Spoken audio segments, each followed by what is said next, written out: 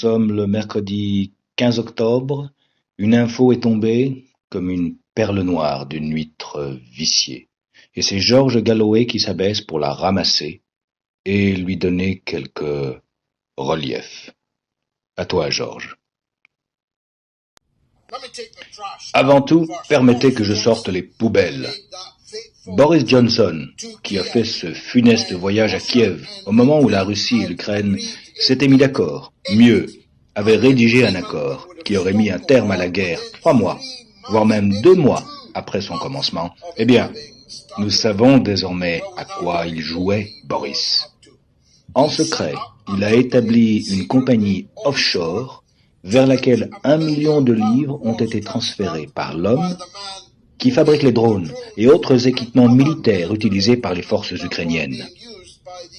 Oh, Boris n'en a rien dit à personne à l'époque, et c'est seulement aujourd'hui qu'on l'apprend grâce à ce qu'il a dénoncé de façon très désobligeante comme un piratage, hacking russe sur Internet. N'importe, ça a quand même fait la première page du Guardian Observer, journal qui n'est pourtant pas connu pour ses positions pro-russes. Le million de livres transférés à Boris explique pourquoi, lors de ce maudit voyage effectué par Boris Johnson et qui est responsable de la continuation d'une guerre qui dure depuis des années et qui a coûté la vie à largement plus d'1 million d'hommes, l'homme qu'il avait pris avec lui dans ses bagages, l'homme que personne ne connaissait et dont personne n'était capable de dire exactement qui il était. Cet homme n'était autre que l'homme qui lui avait donné le million de livres sterling, l'homme impliqué jusqu'au cou dans la fourniture d'armement et de munitions à l'Ukraine et dont le juteux business serait assuré pour autant que Zelensky était dissuadé de signer le traité de paix qui avait été rédigé à Istanbul. Même hors du contexte ukrainien, cette histoire en elle-même est sordide et crasseuse. Le transfert secret d'1 million de livres à un politique, afin que ce dernier puisse financer son activité politique après la fin de son mandat de Premier ministre.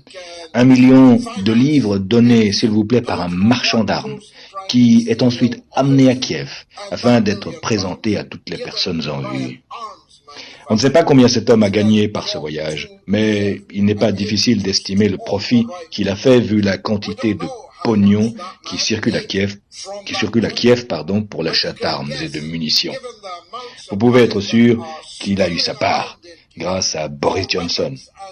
Et bien sûr, vous en venez à vous demander pourquoi Boris n'a touché qu'un maigre million d'une manne s'élevant certainement à plusieurs milliards en exportation d'armes.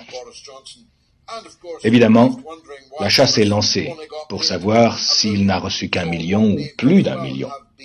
En tout cas, Boris Johnson est à présent tout à fait en disgrâce, de même que Zelensky, dont le mandat s'est achevé il y a belle lurette et qui n'est plus obéi par son propre parti, lequel a refusé notamment de passer une résolution devant le Parlement ukrainien en faveur de la nomination de Donald Trump au prix Nobel de la guerre.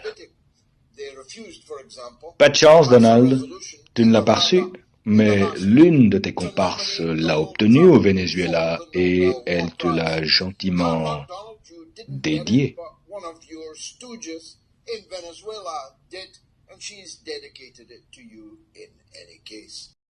Tout cela est dépravé et sale, indigne même d'être comparé de près ou de loin à une perle, n'est-ce pas? Et pourtant, qu'est-ce qu'une perle? Allez, salut.